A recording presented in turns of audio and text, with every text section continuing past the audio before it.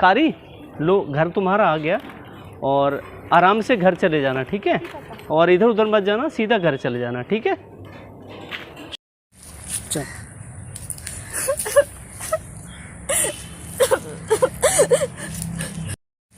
चल।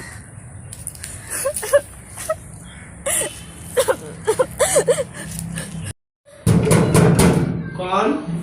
राम राम दोस्त, कैसे हो?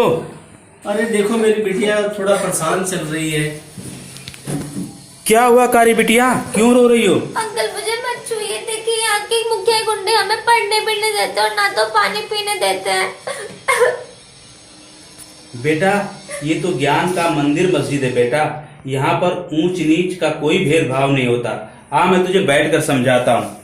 मुझे पता है तू एक दिन गांव का नाम जरूर रोशन करेगी। अरे आयुष्मान बेटा, कारी बिटिया इसको क्यों लाई हो यहाँ पर? आपको तो पता है ना कि ऊंची जाति के लोगों का यहाँ पर आना सख्त मना है। आप जिस मकान में हो बेटा, वो मुखिया जी ने किराए पर दिया हुआ है।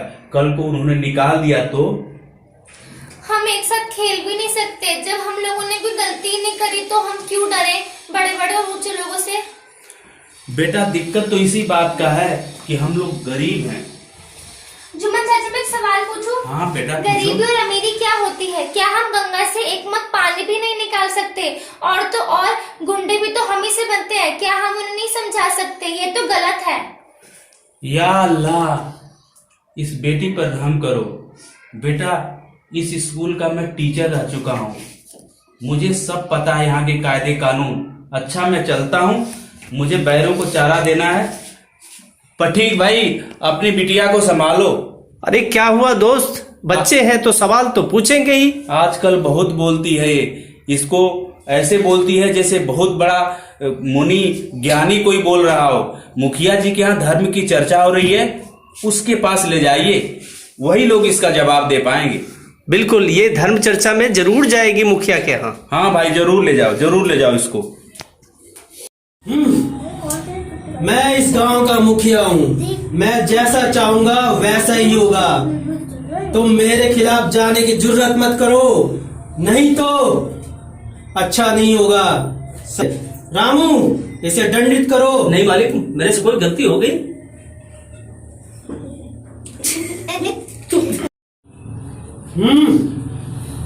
मैं इस गांव का मुखिया हूँ, मैं जैसा चाहूंगा वैसा होगा यहाँ पे। और तुम मेरे खिलाफ जाने की जुर्रत मत करो, नहीं तो तुम्हारे साथ अच्छा नहीं होगा। रामू इसे दंडित करो। जी सर। मेरे से क्या गलती हो गई मालिक?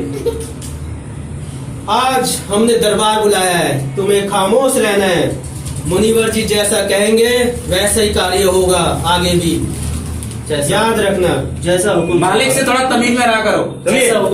स्वर्ग और एक नर्क द्वार एक ऐसा रास्ता है जहाँ किसी को यमराज उनकी अच्छाइयों और बुराइयों के अनुसार ले जाता है। हमसे कोई नहीं नर्क के रास्ते। दो सब पढ़ो, दो सब शब्द बोलिए, थोड़ा सा कभी कभी रुको, फिर देखो, एक लाइन देख लिया आपने। अब मैं प्रवचन शुरू करे। रुक जाओ, रुको, चलो अब स्टार्ट। बोलते ना उसको करने दो ना। अब मैं एक प्रवचन शुरू करता हूँ। एक स्वर्ग और एक नर्क की एक ऐसा रास्ता है जो यमराज अच्छाइयों और बुराइयों के अनुसार उनको स्वर्ग के रास्ते ले जाता है। अब मैं एक प्रवचन शुरू करता हूँ। कोई ऐसा नहीं चाहेगा ये अच्छा शुरू करता हूँ। कोई भी नहीं चाहेगा कि हम स्वर्ग के रास्ते खाली रुकना मत। अब मैं एक प्रवचन शुरू करता हूँ।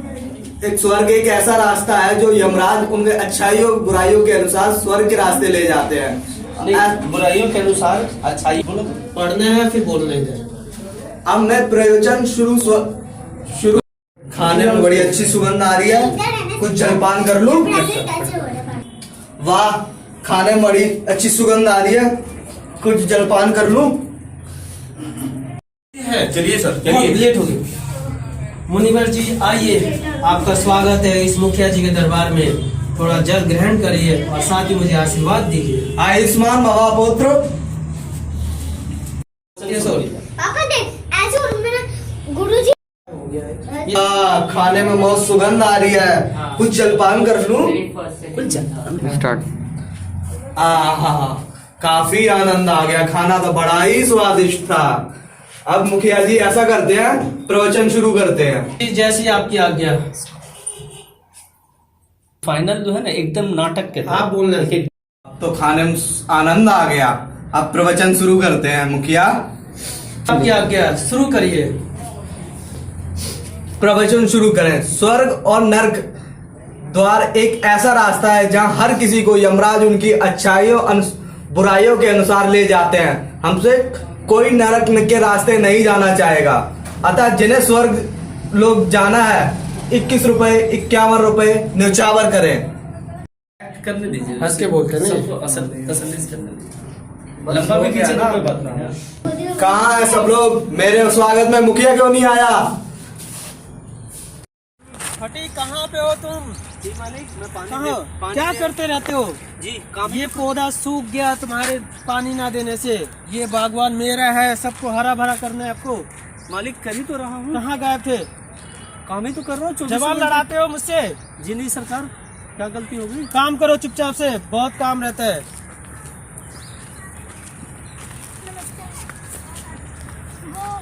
बोलो, क्या बात है? नमस्ते अंकल। वो नमस्ते मुखिया जी। नमस्ते मुखिया जी। नमस्ते बेटा, बताओ। वो हमारे जो स्कूल में जो अजय सर है ना, वो हमें बहुत मारते पीटते हैं, और तो और हम जो कोई सवाल पूछते हैं ना तो उसका जवाब भी नहीं देते, बल्कि हमें और डांटते हैं। इसमें मैं कुछ नहीं कर सकता। हमारा जो देखिए मुखिया जी, यहाँ का नहीं तो स्कूल की व्यवस्था कुछ अच्छी है, ना तो यहाँ पे अच्छी पढ़ाई होती है, ना तो टीचर अच्छे से पढ़ाते हैं। चुप हो जाओ, ऐसी कोई बात नहीं है। आपको जो करना है आगे डिपार्टमेंट करो, हमारे यहाँ सारी व्यवस्था अच्छी है। तो अब क्या करूँ मैं?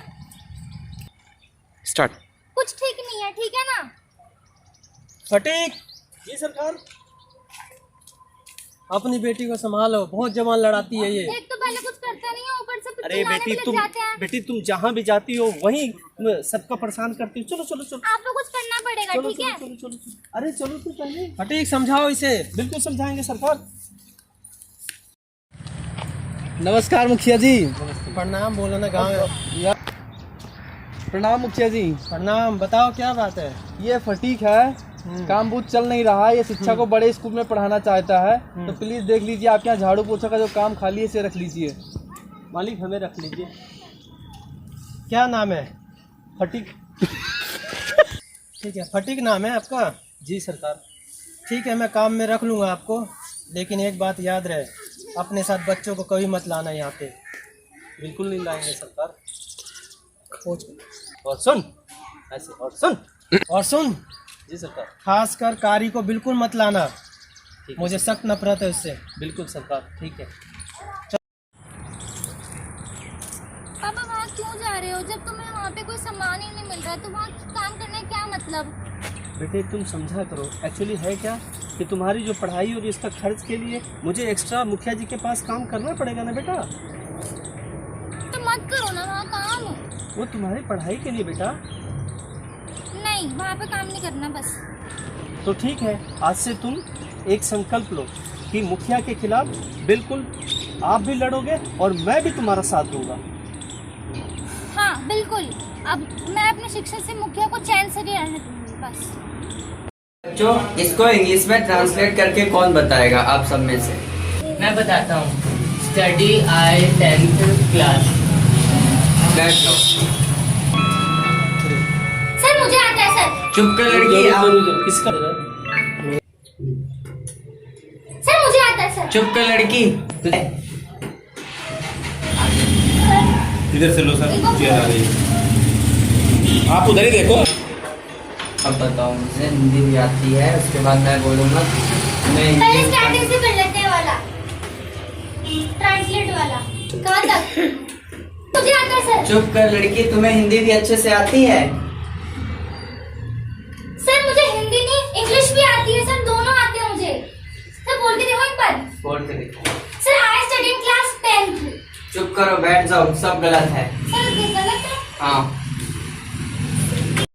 3 गुड मॉर्निंग गुड मॉर्निंग बच्चों, बैठ जाओ आप सब।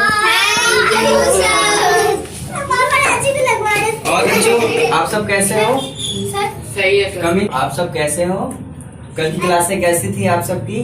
बहुत अच्छी थी सर। चलिए फिर आज क्या सीखना चाहोगे आप सब? सर चलो आ जाओ। कमिंग आ जाइए। सर ये नया हाँ जी, आपका न्यू एडमिशन है? हाँ जी हाँ फटीक, आप तो आप पास के फटीक हो, हाँ सर। तो आप चले जाइए, बच्चे को बैठा दीजिए।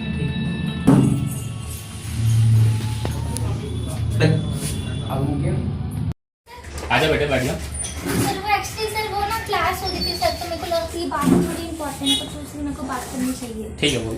सर वो जो अजय सर है ना सर, जब हम उनसे कोई प्रश्न पूछते हैं तो वे हमें मारते हैं, वो पीटते हैं सर। मार के और पीट के बच्चों को कहाँ तक पढ़ाया जा सकता है? और तो बच्चों की जिज्ञासा को ना टीचर को रोकना नहीं चाहिए, बल्कि टीचर को आदर्शिल होना चाहिए। और तो और बेवजह मारना सर कहाँ तक उचित है? हाँ बेटे बात तो सही है। हम इनका एक्शन नहीं ले सकते क्योंकि ये हमारे सीनियर हैं। अगर आपको कंप्लेन नहीं करनी है तो आप डिस्ट्रिक्ट एजुकेशन ऑफिसर के पास जाकर कर सकते हैं। सर इतना दूर? Okay sir.